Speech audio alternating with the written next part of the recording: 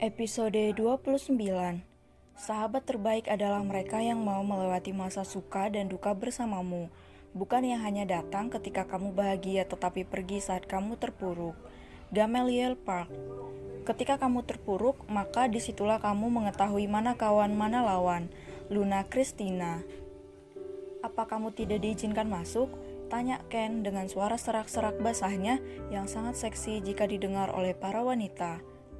Ken membuka masker, topi dan kacamatanya, tampaklah seorang pria tampan dengan rambut blonde yang sangat cocok dengannya. Pria ini tak kalah tampan dengan Gamma. Si baju merah tak ketinggalan, ia bangkit berdiri dan membuka kacamata dan maskernya. Pria berambut panjang hitam itu memiliki kulit eksotis, berbeda dengan ketiga temannya yang memiliki kulit putih. "Apa kau mengizinkan mereka masuk, sayang?" tanya Gamma pada Luna. Luna terkejut saat Gamma memanggilnya dengan panggilan itu. Bukan hanya Luna, ketiga pria tampan itu bahkan lebih kaget saat Gamma mengucapkan kata-kata keramat itu. Sayang, gumam si baju merah yang biasa dipanggil Aiden itu. "Sayang, apa kita tidak salah orang?" ucap Aiden lagi sambil menatap kedua temannya dengan mulut menganga dan mata melotot, untung matanya nggak sampai keluar. Ken dan Bima menggeleng, menandakan mereka tidak salah orang. "Astaga, kapan kamu memanggil seorang wanita dengan kata-kata keramat itu? Bahkan Tiara tak pernah kau panggil dengan kata-kata itu," ucap Aiden histeris. Gamma menatap tajam ke arah Aiden karena menyinggung soal Tiara. Tangannya mengepal dan rahangnya mengeras. Tampak wajah pria itu penuh dendam saat ini. Menyadari perubahan ekspresi Gamma, Ken dan Bima menutup mulut Aiden dengan tangan mereka agar pria yang selalu ceplas-ceplos itu diam. Hup, Aiden meronta-ronta saat ditahan oleh Ken dan Bima. "Maafkan mulutnya yang tidak bisa tertib ini, nanti akan kuberi pelajaran," ucap Ken. Luna juga sadar dengan perubahan ekspresi Gamma. Ia memegang pundak pria itu dan menepuk-nepuk dengan lembut agar Gamma tenang. Benar saja, Luna berhasil. Hal ini tidak terlewatkan dari mata ketiga pria itu. Mereka semakin kaget dengan perubahan besar Gamma. "Akhirnya si singa liar ini punya pawang," batin Aiden.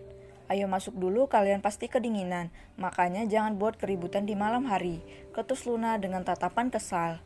Bagaikan anak kucing, ketiga pria tampan itu diam dan menurut. Mereka sadar mereka salah. Tangan kalian bau jigong, huek," gerutu Aiden sambil mengusap mulutnya dengan telapak tangannya seraya membersihkan bekas tangan Ken dan Bima. "Cak, diam kau bego," ketus Bima sambil menoyor kepala Aiden dari belakang. Untung saja ia memiliki keseimbangan yang baik. Jika tidak, ia pasti sudah terjungkal dan kembali terjerembab ke lantai yang keras. Ken, Aiden, dan Bima dibawa masuk dan disuruh duduk di ruang santai bersama Gamma. Luna yang dengan cekatan dan penuh perhatian membantu Gamma membuat ketiga pria itu terkagum-kagum. Bagaimana bisa seorang gadis sederhana sepertinya membuat seekor singa liar menjadi jinak? "Wah, ternyata benar apa kata Bima, gadis ini pawang si singa liar itu," batin Aiden. "Sepertinya memang aku harus sujud syukur di hadapan gadis ini," batin Bima. Lain halnya dengan Ken yang terus menatap Luna. Ia terus melihat wajah gadis itu dengan tatapan yang tak bisa diartikan. Gamma dan Luna menyadari hal ini. Luna yang merasa tidak nyaman dengan tatapan intens Ken langsung pergi ke belakang setelah membantu Gamma duduk di sofa. Aku ke belakang sebentar.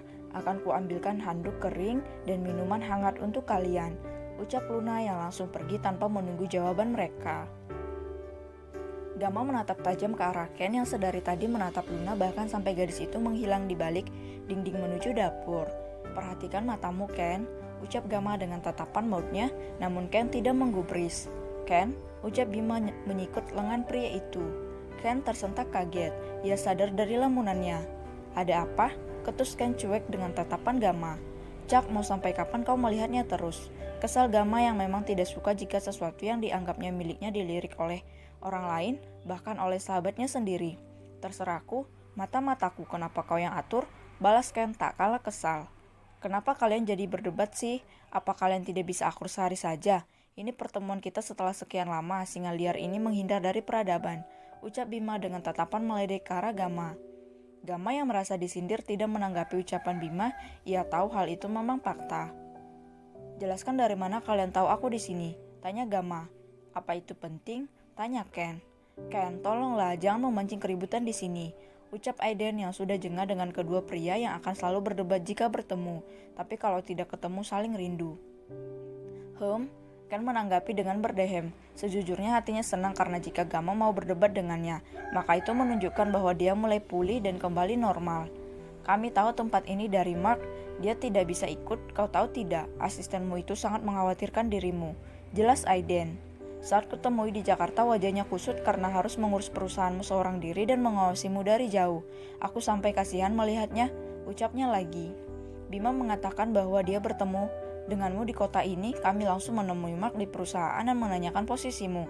Kau tahu kan Mark itu siapa? Ucap Ken. Lalu apa kalian yang datang ke sini kemari? Tanya Gamma. Iya, dari mana kau tahu? Tanya Aiden. Cak, gara-gara kalian istriku hampir saja dalam bahaya. Kesal Gamma. Istri? Apa gadis itu benar-benar istrimu? Ucap Aiden kaget. Gamma tidak menjawab, ia hanya menatap mereka dengan tatapan dinginnya. Akhirnya kau bisa membuka hatimu, Gam. Aku turut senang. Ucap Ken.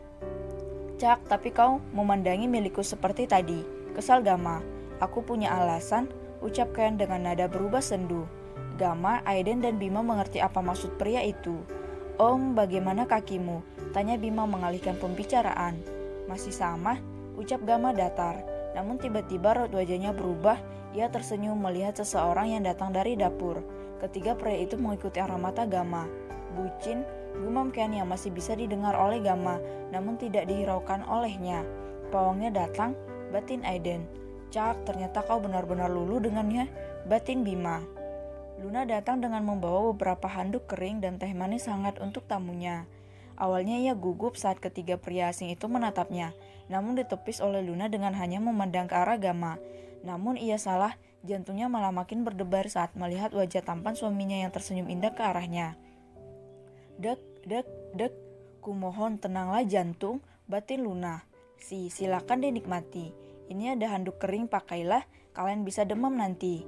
Ucap Luna lalu bersiap beranjak ke belakang. Mau kemana Luna? Tanya Gamma. Ke belakang, kalian bicaralah. Ucap Luna yang merasa tak enak jika harus duduk di antara mereka. Kemarilah, mereka sahabatku. Ucap Gamma yang mengerti kalau Luna gugup dengan ketiga pria asing itu. Luna berjalan lalu duduk di samping Gamma. Entah kenapa ia tidak secerewet biasanya. Ada apa dengannya? Apa dia takut? Batin Gamma. Tuhan, tolong aku. Kenapa rasanya sesak saat melihat pria itu? Batin Luna.